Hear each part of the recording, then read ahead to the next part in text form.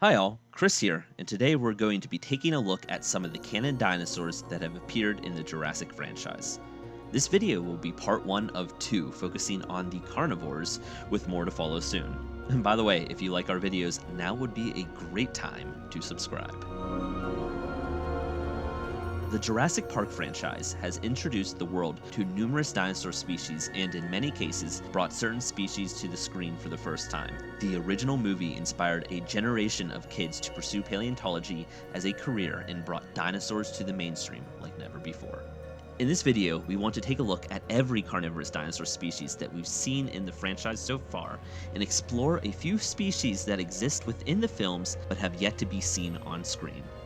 Let's jump in. Velociraptor. It would be wrong not to start with the Velociraptors, and first up we have what we have dubbed Tribe 1 in lieu of official terminology.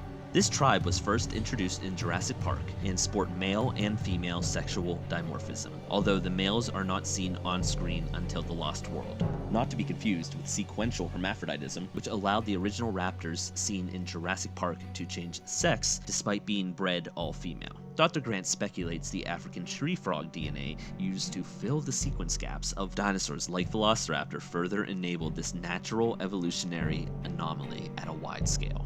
These velociraptors are seen in the franchise on both Isla Nublar and Isla Sorna, and the films Jurassic Park and The Lost World. The females possessing a semi-uniform color, molted like a leopard with green eyes. The males having more distinctive tiger-like coloration and striping, with yellow eyes. The second tribe are introduced in Jurassic Park 3 and feature a different look to their predecessors. Females are more uniform beige and charcoal in coloration, with yellow eyes and red markings around the socket.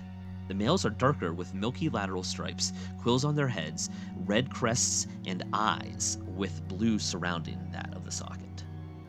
There is a lot of mystery surrounding this alternative tribe of Velociraptor, but they appear to be more social than their Tribe 1 counterparts and sport more bird-like features such as the aforementioned quills and their circular avian pupils. Then we have the Ibris Project, which are new custom batches of raptors built on the DNA of their predecessors with new alterations. The known Ibris raptors were all female and consisted of Charlie, Delta, Echo, and Blue, with Blue being the only remaining survivor of this pack. The Ibris raptors were raised by Owen Grady and were custom engineered by Dr. Wu to obey command and display empathy. Tyrannosaurus Rex. The next species, an all-time fan favorite and cinema legend, is the Tyrannosaurus Rex. Seen in every movie in the franchise so far, the species was first introduced via Rexy, a female tyrannosaur which sport molted brown colored skin. The males, as we see in The Lost World and Jurassic Park 3, have more robust skulls and are green in their primary skin color. It's unclear how many T-Rex individuals were bred or are currently still alive. Rexy from Jurassic Park is still currently breathing, roaming free in the Californian countryside. But we don't know what happened to the family of Tyrannosaurs seen in The Lost World. Hopefully they don't share the fate of the young male seen in Jurassic Park 3.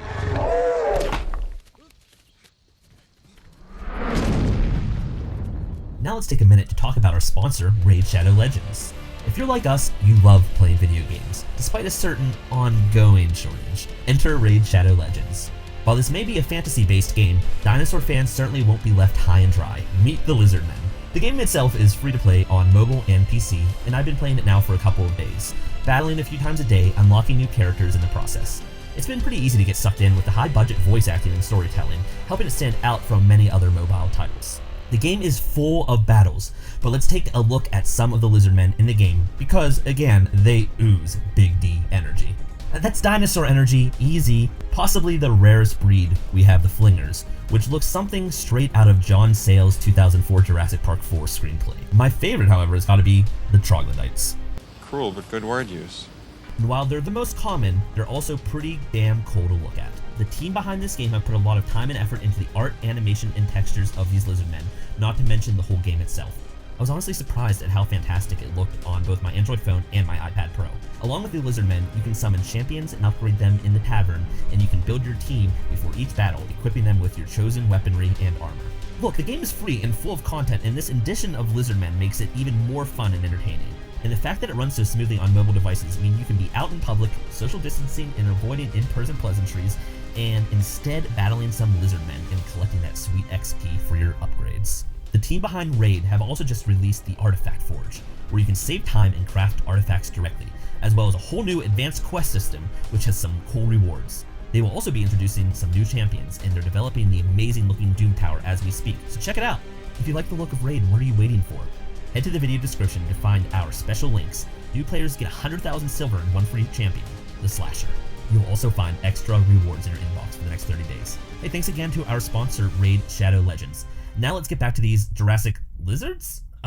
Birds? Jurassic carnivores. Yeah, that's nice. Gotta go. Teratophoneus. Keeping to the theme of Tyrannosaurs, we have Teratophoneus. Certainly not a well-known species compared to their kin, we know even less about them in the context of the films. The dinosaur was not present on any map or list, but its rotting corpse can be seen briefly in Jurassic World Fallen Kingdom, and behind-the-scenes material officially ID'd the species, adding to the long list of spontaneous dinosaur existence on Isla Nublar. Dilophosaurus. Next in our video is Dilophosaurus. Spare no expense, beautiful but deadly, hates Newman. You really don't need an introduction. This is the dinosaur that many people would like to see return, currently only being presented in live form in the first Jurassic Park. Dilophosaurus. Best known for its impressive yet fictional frill and venom-spitting abilities, this species is known to be both on Isla Sorna and Isla Nublar, although it is never encountered within the films on Isla Sorna, but was seen in The Lost World on a display within the trailer and Jurassic World as a hologram. The spitter can also be heard in Fallen Kingdom.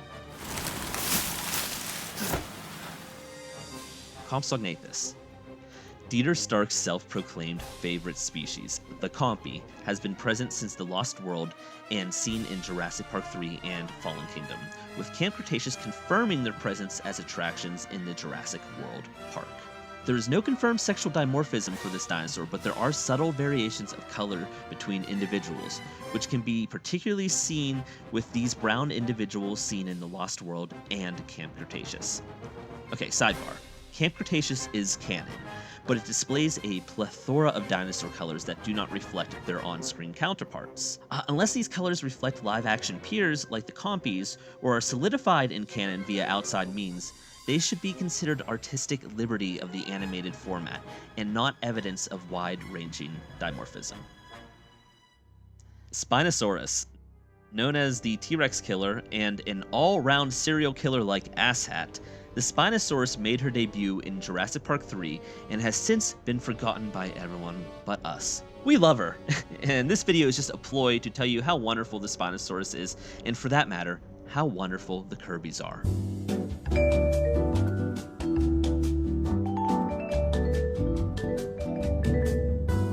As Dr. Grant puts it, the Spino was not on InGen's list and is surrounded in mystery. Official viral marketing materials reveal Dr. Wu likely had a hand in its creation, and the dinosaur itself was genetically modified more than his usual brand of theme park monster. We do not know the current status of this behemoth, but she obliterated a T-Rex, so she must be doing relatively well on Isla Sorna. Or not. The skeleton seen in Jurassic World on Main Street has been rumored to be that of the skeleton of this dinosaur. However, the skull structure is entirely different, so it's safe to say that whatever Spiny's fate may be, Masrani's skeletal display gives us no leads. Ceratosaurus. Ceratosaurus also made its debut in Jurassic Park 3, and has not been seen in the film since. Originally cloned illegally by Dr. Wu for early Jurassic World research and development, its known range was Isla Sorna and was thought to be potentially extinct. However, the species will be making its return in the second season of Camp Cretaceous, presumably on Isla Nublar, so there is a small possibility that a larger population of ceratosaurs were brought there from Sorna by Masrani's team. Allosaurus. Allosaurus is a dinosaur well known in the real world, and made its spontaneous Jurassic debut in Jurassic World Fallen Kingdom. With no previous mentions in the lore, its initial juvenile appearance led to some species identification confusion, but the more distinctly allosaurid adult made its debut in Battle at Big Rock, clearing most of that up. There is no known sexual dimorphism within the species, but some of the younger individuals sport more vibrant colors like red on the bony crests of their eyes and muted yellow stripes. Baryonyx. This crocodilian-like Spinosaurid was first cloned by InGen for Jurassic Park, although the Baryonyx did not make its on-screen debut until Fallen Kingdom. It's unclear if its Jurassic World appearance represents the animals unseen from the park era, which were known to characters like Dr. Grant and Billy Brennan. Suchomimus. Snow. No, think bigger. Baryonyx. Not with that sail. In the films, their appearance remains consistent, although Camp Cretaceous may introduce different color variants, such as the Green Grim, though as stated earlier, the design variation being specific to that show leaves it in a contested canonical category. Suchomimus. Cousin species to the Baryonyx, the Suchomimus was first introduced in Jurassic Park 3 by name only, suggesting it was a known InGen species and mentioned by name only in Jurassic World on the maps. It suggested its Jurassic Park iterations were too genetically unstable and was never considered an active dinosaur population until the World era. Its design remains a mystery as it has eluded the screen for any canon appearances, which no, the website art does not firmly represent. Carnotaurus. The original Kenner toys for this dinosaur are basically more expensive than the dinosaurs in Fallen Kingdom's auction sequence, and rightfully so. I have $4 million, anyone 5? This Abeliosaurid stands out with its burnt orange coloration and delightfully devilish brow horns, making its first on-screen debut in Fallen Kingdom. While there is no confirmed sexual dimorphism within the species, there is a distinctly different Carno in Fallen Kingdom sporting the aforementioned Kenner demon, red and black. Likewise, there is the beaten and battered Toro, who will probably look more like Shin Godzilla by the time Camp Cretaceous is done with him. This species is only known to be native on Isla Nublar, created during the World Era, and is one of the many species to survive the SIBO eruption and be uncaged on mainland. Metriacanthosaurus. First introduced in Jurassic Park by name only, Metriacanthosaurus was one of the embryos stolen by Dennis Nedry to sell to Biosyn's Lewis Dodson. The species was present on Isla Nublar, and while is never seen on screen, its name and paddocks are mentioned within the park maps. This species was carried forward to Jurassic World and was present on its park maps, though again was not seen on screen. Given its deep ties to Jurassic Park and its ongoing relevance within the lore, we hope to see this species giving a canon appearance on screen one day. Herrerasaurus.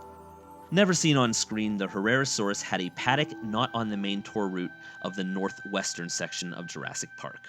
The population was reported to be extinct by 1994, although some populations may have survived yet been subjected to later unspecified cruelty. Herrerasaurus has never been officially reported as a Jurassic World era dinosaur, allegedly only featuring a 60% stable genome. Thus, its status in current lore remains a deep mystery. Segisaurus.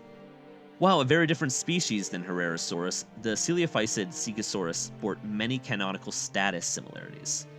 Also mentioned by name only in Jurassic Park, it had an off-exhibit paddock to the south of Nublar. Its genome was also unstable and incomplete, and is believed to be extinct with no World-era de-extinction attempts. Proceratosaurus. We have a theme here.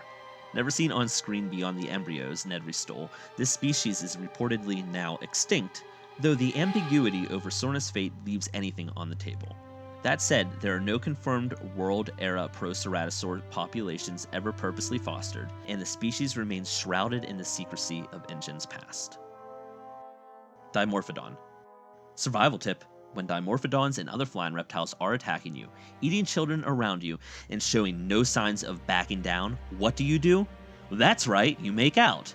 These piranhas with wings are not dinosaurs but are flying reptiles, and are a Masrani-era creation, appearing on screen only in Jurassic World, with a rumored Camp Cretaceous appearance forthcoming. Pteranodon. Also not dinosaurs but flying reptiles, version 1 of the Pteranodons is seen at the end of the Lost World on Isla Sorna. There is no known sexual dimorphism, though some suggest the unused Geosternbergia crest variation could represent a male variant. Geosternbergia was only seen in early production materials, and as the design continued to evolve during the production, the species ID changed with it. However, it also appeared in Roland Tembo's Dino Guide, hence the uncertainty. However, with current facts, the Geosternbergia name and design should not be considered canon. The animal seen in the film features a more typical Pteranodon crest with a narrow skull atop a long outstretched neck. This initial variant seems less modified than its more monstered variants seen in the later films. The aviary mentioned in Jurassic Park means this species variant could also have existed on Isla Nublar, though its official population range and status today remains unconfirmed. Version 2 of Pteranodon was seen in Jurassic Park 3 and looks very different than its predecessor. They're larger and bulkier, featuring a genetic anomaly not present in their prehistoric past. Teeth. Females are brown and tan, while males are believed to be dark blue with yellow crests. Males were designed for the film, but never made it to the final cut, so their canonical appearances remains undefined. Version 3 of Pteranodons were introduced in Jurassic World, and were also seen in Fallen Kingdom plus Camp Cretaceous. They're bulkier, like their version 2 counterparts, but more gangly, with drooping bat-like wings and faces with notable bony plates. They lack the teeth of version 2, and are primarily reddish in their distinct color. However, green and blue variants can also be seen attacking Main Street. Mosasaurus. Before the comments start piling in, this is also not a dinosaur, but a marine reptile. A carnivore bred at Jurassic World from Masrani's Park and seen both in Jurassic World and Fallen Kingdom, we expect this majestic underwater beast will make another appearance in the upcoming Jurassic World Dominion. There is only one known mosasaur, who was last spotted eating stock footage surfers off the coast of Australia. Troodon. This one nearly didn't make the cut, and we don't consider it canon. Okay, so why don't we consider it canon? While it does make its way into the Jurassic World era via the live tour, Colin Trevorrow has since called into question its canonical status. Coupling that with the show's cancellation and the upcoming toy Paying Genie No Mind, you should also do the same until further notice. Basically, until something says this is canon, like Camp Cretaceous, forget it, it's not. Let's move on. Indominus Rex. Also not a dinosaur per se, the Indominus Rex is a now extinct hybrid dinosaur made by Dr. Wu and his cronies, featuring DNA from the T-Rex, Velociraptors, cuttlefish, and then apparently every other species it looks remotely similar to. She met her end in the jaws of the Mosasaurus, although her remains did make an appearance in Fallen Kingdom, with her DNA paving the way for the Indoraptor. Best known as the smaller but wilder hybrid, this was a cross between the original Indominus Rex and Velociraptor DNA. That's twice the Velociraptor at a fraction of the size. What a package! There was only one Indoraptor, a male, and he featured a gold stripe and protoquills as standout features on his jet black scales. Introduced in Fallen Kingdom and created at Lockwood Manor, this species is currently considered a unique brand of extinct, shish kebab style. Those are the carnivorous dinosaurs we have seen so far in the Jurassic franchise. Did any of them surprise you? What dinosaurs are you hoping to see return in the upcoming Jurassic World Dominion? Be sure to let us know in the comments section. We hope you enjoyed this video, and part 2 featuring the herbivores of the franchise will be coming soon. If you like this video, please hit the like button, and be sure to subscribe to our channel for more Jurassic content. We have now opened the Jurassic Outpost store, selling Jurassic-themed shirts, mugs, masks, and more. Check it out for some cool merchandise, and check the description for links to Zavi. If you use code OUTPOST20 at checkout for both the Primal and Festival clothing collection, you get 20% discount off your order.